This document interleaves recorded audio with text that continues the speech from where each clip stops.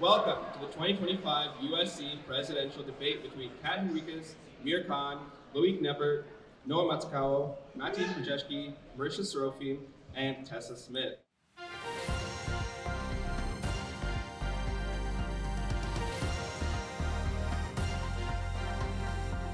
Students are struggling with the rising cost of living.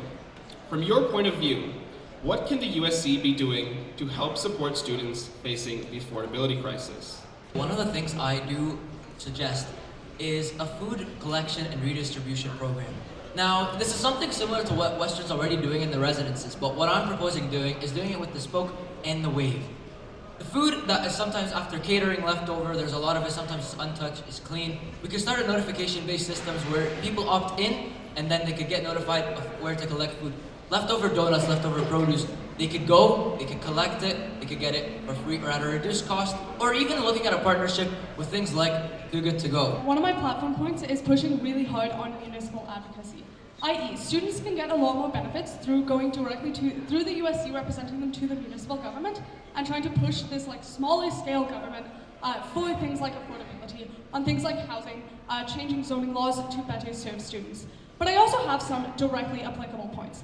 The first is things like working with other food banks, like the SOGS one and the KUCSC one. I think for me, the biggest thing is that we need to work with every single level of government in order to get things done for students on affordability.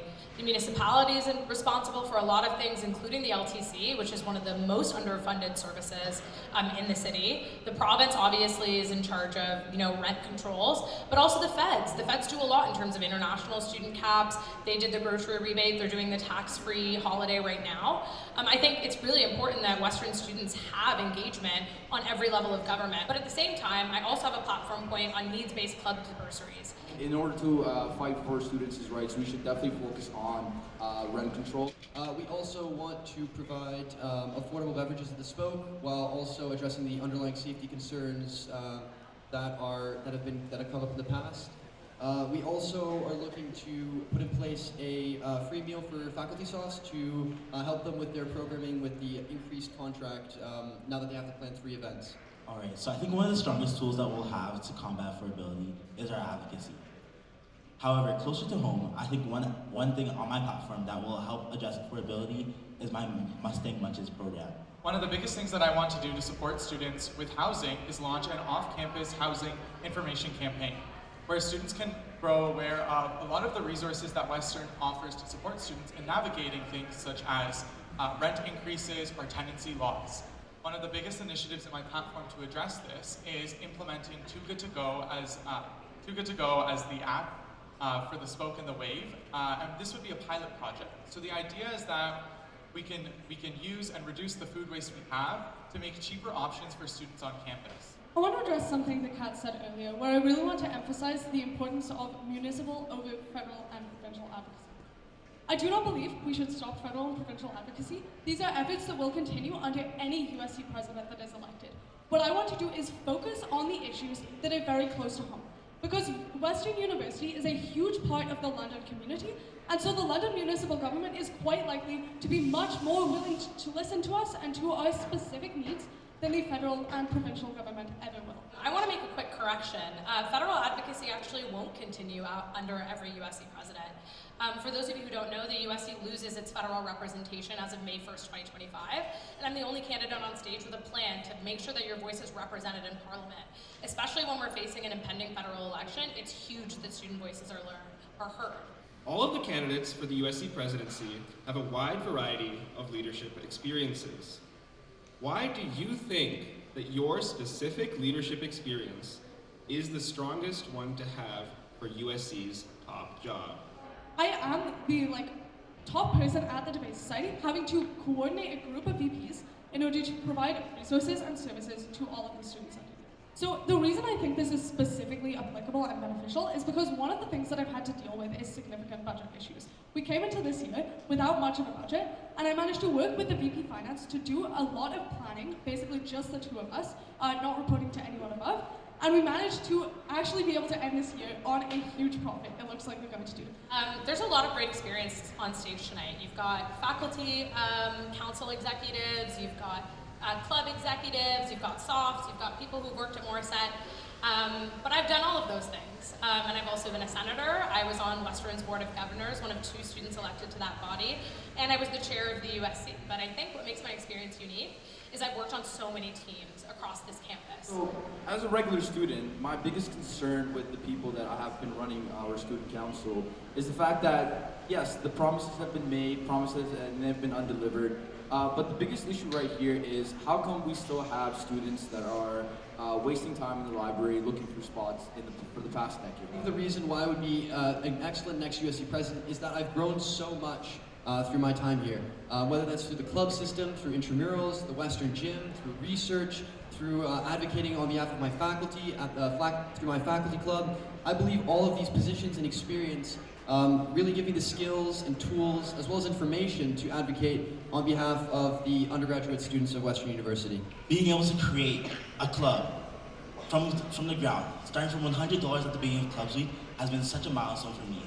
Being able to consult with different club leaders, learn how they did it, and be able to take that back to Western and build that community has been something that has made me a great leader. Additionally, I've been able to work with so many different people, considering my 50-person exec team of Pangea, my 50 Frosh, and my 24 softs on my Bait and LS team, Bait and Soft team.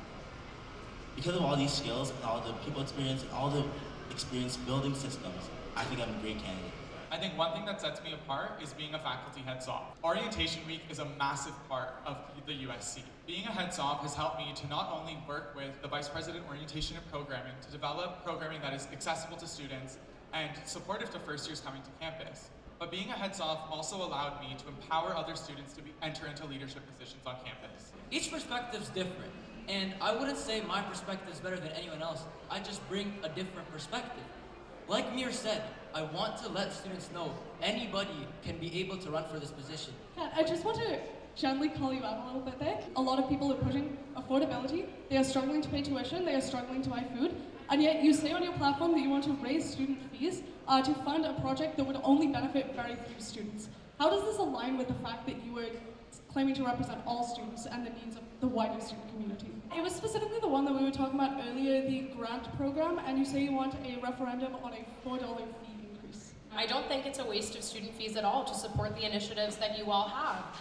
It's an optional fee, costs about as much as a spoke coffee, and it's something that you can choose to support. You can choose to support innovation on campus, or you can choose to keep your dollars to yourself, and I'll support you either way.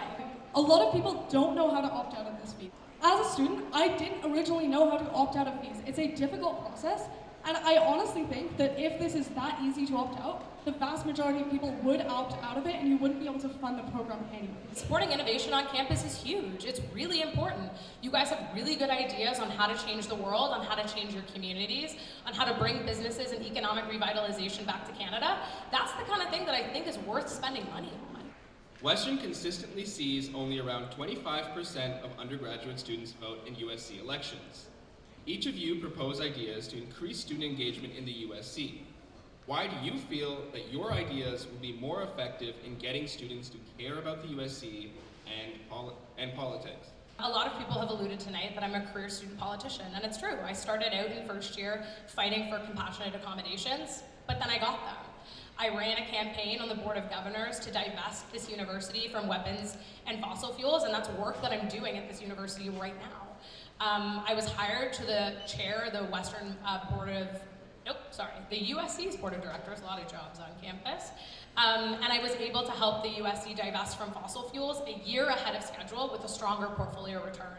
It's only an issue to be a career student politician if you're not keeping your promises. Because my platform is not a list of proposals, it's a platform of promises that I will get for you. I am part of that population that didn't really involve themselves with the USC, and I think I make up the majority of Western, to be honest with you. And I think at the end of the day, like, if you want to engage your student population, right, you might have to do some things that directly affect the entire population. Because once you make a change that was going to affect the entire population, you're going to start seeing the students are going to catch notice. For example, we need to make more movements like that. For example, the occupancy sensors to reduce wait times in libraries and rec centers, and also at the same time save people money, $480 a year per student. So that's going to affect their image of the USC. I've done this through exciting campaigning strategies such as the campus cruise to get everyone excited about the elections going on, the debates, everything like this. I've also liked to implement realistic policies that people people can see and see tangible differences at, like the McKellar Theater, revitalizing that,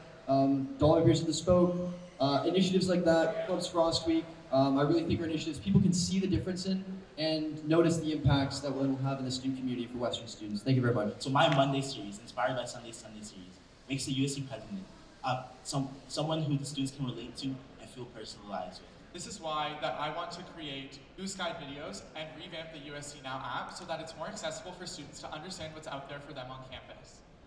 My campaign style is to literally just solve the day-to-day problems and give the students a reason to care through that. Thank you. I'm going to meet students where they are. I'm going to meet in the communities where people are already existing, throughout the club system, throughout faculty councils, throughout the soft system, talk to students where they are, being active on campus myself, continuing these meaningful conversations, being around the library during exam season to hear what issues people are having, being able to connect with people in that way.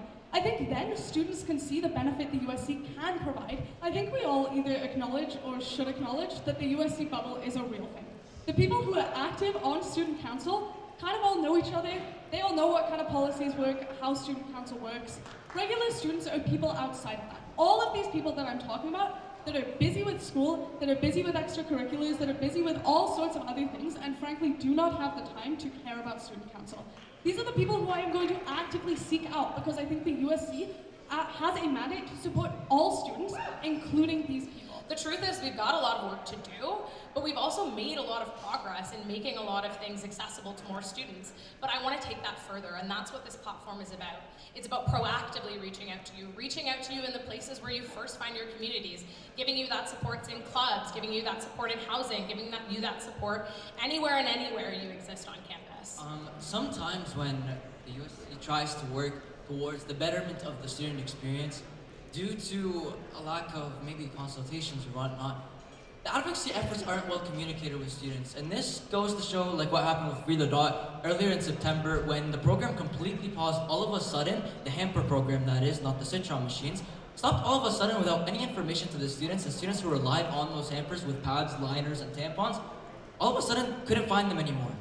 This just means to help support the students in seeing what's behind the bubble, we need something like a live advocacy tracker to show the students what advocacy is happening, supporting them. Thanks. My question is, why don't we have Free the Dot program in campus residences?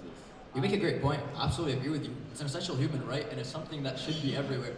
The only issue is right now, we're trying to get Western to even partake more so in the on-campus initiatives in the student buildings. And you have some buildings from science, arts, FIMS that currently don't even have the machines or the hamper program. So I agree with you, but I think for starters, we should try to focus on Western helping out here in the buildings and then hopefully expanding. But it would be nice if housing could take on that initiative themselves. Well, the fact of the matter remains is that Western needs to be engaged on this. I think the reason why the USC's current strategy, and I've consulted the executives on this, is making Western engage is because it has to be Western's issue. Free the Dot is an excellent example of when advocacy is really, really beneficial. Something like pushing Western to take this on is something that is very, very achievable because Western, we are the students of Western. They have a duty to support us. The USC has a very, very valuable voice in pushing this issue. So this is also why I want to support these kind of advocacy initiatives where you can see the direct benefit to students, where students will look at these things, see them in the bathroom, and know, hey, this is something that is actively supporting me. The federal government has mandated in every federally regulated office to, by law, offer free menstrual products. And this affects 500,000 people in the federal government. So, with that being said, I would like to stiff arm Western into understanding that we need to do the exact same thing here at Western.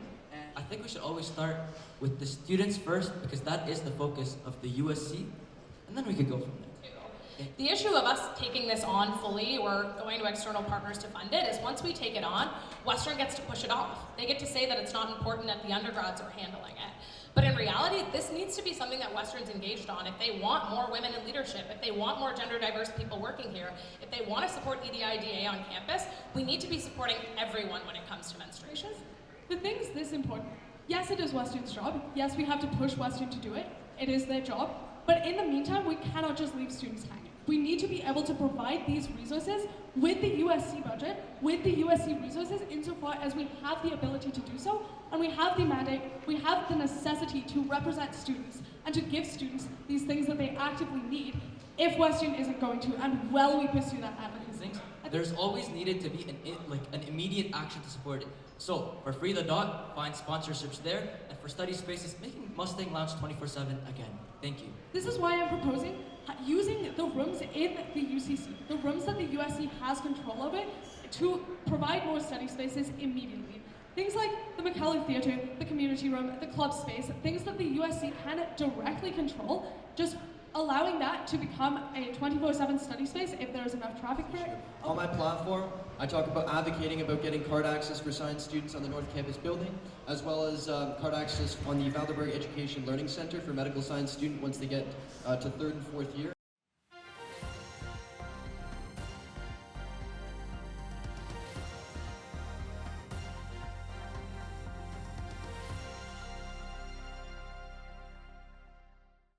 You action this motion in any manner that you action any other motion. You push, and especially when it comes to Western, you make sure consistent effort. Something that the students wanted, they wanted it in alignment with the United Nations standards. So, just like anything, you push for Western to adopt it, just like any of the other initiatives. I voted for the divestment motion in council because it's something that's broadly supported by students. And this is what I would draw on in advocating to Western. It is not me advocating because of my personal beliefs. It is me advocating because this is what the students want. It is me advocating because I am passionate about doing what the students want, and this is what the students have told us they want.